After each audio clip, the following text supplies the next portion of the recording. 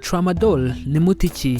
Tramadol ni umuti wagenewe gukiza ububabare no kuribwa ku bantu bakuru, cyane cyane abamaze igihe gito babazwe cyangwa bakoze impanuka. Uyu muti wa Tramadol ugira ingaruka zinyuranye bitewe n'igihe umaze uwukoresha. Ingaruka ya mbere ni uko Tramadol iyo umaze igihe kinini uwukoresha ihinduka ikiyobyabwenge. Tramadol ishobora gutuma ariyo yonyine wumva ukeneye kugira ngo ubashe kubyuka uve mu gitanda. Tramadol ishobora gutuma ariyo yonyine wumva ukeneye kugira ngo ubashe kurya. Tramadol ishobora gutuma wumva ariyo ukeneye gusa kugira ngo ubashe gukora akazi. Tramadol ishobora gutuma wumva ariyo yonyine ukeneye kugira ngo ubashe kwiga ku ishuri. Tramadol ishobora gutuma ariyo wumva ukeneye gusa kugira ngo ubashe kuganira cyangwa kwisanzura mu bandi. Tramadol ishobora gutuma wumva ariyo ukeneye kugira ngo ubashe kuryama uruhuke.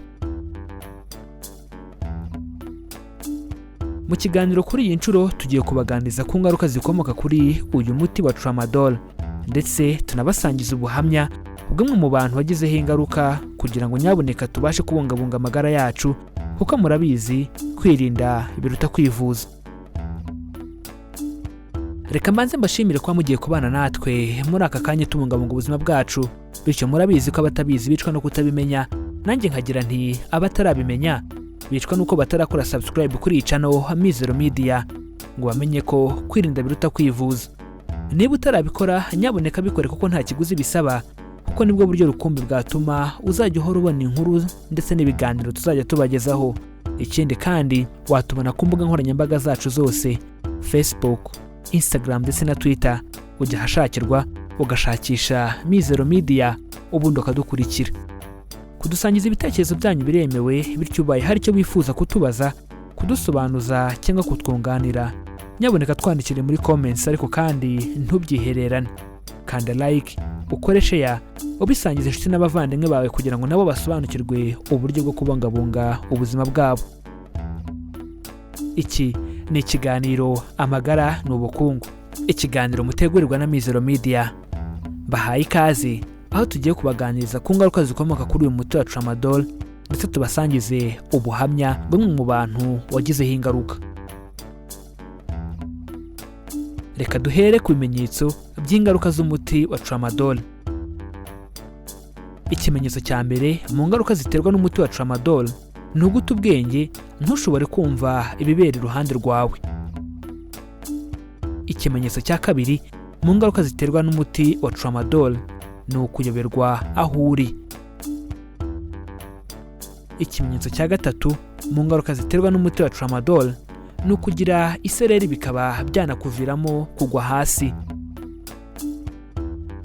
Ikimenyetso cya kane mu ngaruka ziterwa na Tramadol ni ukugira isesemi.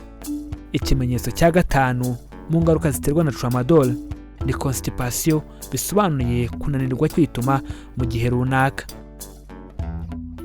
Ikimenyetso cya gatandatu mu ngaruka ziterwa na Tramadol ni ukubira ibyuya byinshi umubiri wose igihe kinini. Ikimenyetso cya karindwi mu ngaruka ziterwa na Tramadol ni ukwishimagura ku ruhu utazi ibikuryaryata. Ikimenyetso cya munani mu ngaruka ziterwa na Tramadol ni ukuzana ibiheru ku ruhu mu buryo budasobanutse.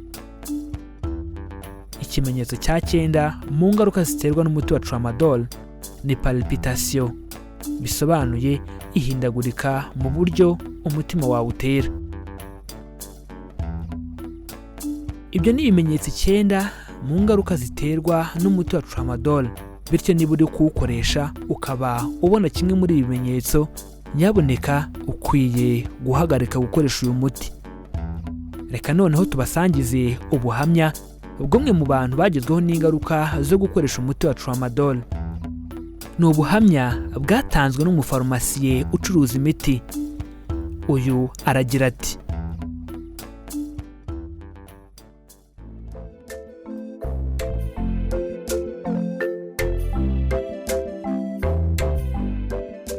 mu mwaka wa 2014 haje umuntu kugura umuti wa Tramadol, ambwira ko hari hashize igihe gito akoze impanuka, bityo uyu muti yawandikiwe na muganga kugira ngo umurinde kubabara bikabije. Umuti narawumuhaye kuko yari abyemerewe kandi bigaragazwa n'impapuro yahawe n'abaganga, ordonnance. Hashize umwaka umwe natunguwe no kubona wa muntu agarutse kugura Tramadol kandi yarakize imvune atakibabara. Nuko mubajije impamvu awushaka, ambwira ko ajya abeshya muganga we ko akibabara kugira ngo akomeze awumwandikire.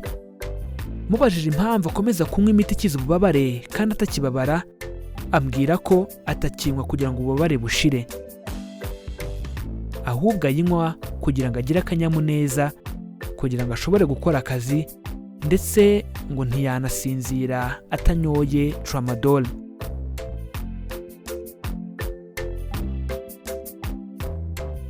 Kuva ubwo byanteye kugenzura cyane abantu baje kugura Tramadol ngo ndebe neza ko n'abandi bafite ikibazo nk'icy'uyu murwayi.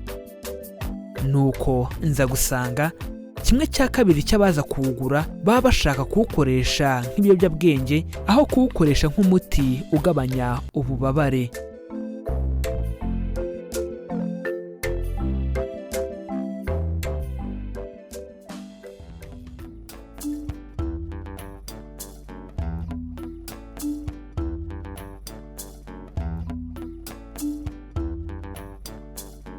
Ngaye nguko anshuti bakunze b'ikiganiro amagara n'ubukungu, nimba uzi umuntu ukoresha uyu muti kandi atarwaye, tabara hakiri kare kuko yangiza ubwonko nk'uko ibiyobyabwenge bubikora.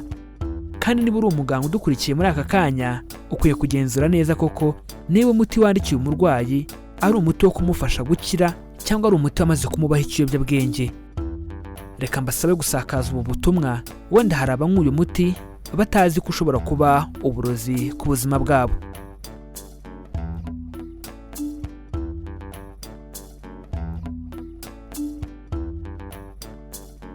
Reka bashimire kuba mwafasha akanya mukabana natwe tubungabunga ubuzima bwacu, aho twabaganirizaga ku ngaruka zikomoka ku muti wa Tramadol ndetse n'ubuhamya bw'umwe mu bantu wagizeho ingaruka.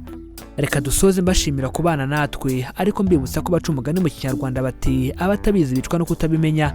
Nanjye nkagira nti abatarabimenya bicwa no kuba batarakora subscribe kuri iyi channel Mizero Media, ngo bamenye ko kwirinda biruta kwivuza. Gukora subscribe ni ubuntu, bityo niba utarabikora nyabuneka bikore kuko nta kigozi bisaba, kandi nibwo buryo rukumbi bwatuma uzajya uhora ubona inkuru ndetse n'ibiganiro tuzajya tubagezaho. Ikindi kandi watubona ku mbuga nkoranyambaga zose, kora like kuri Facebook, udufollowing kuri Instagram ndetse na Twitter, ujya hashakirwa ushakisha Mizero Media, ubundi ukajya uhora ubona buri kimwe tubategurira.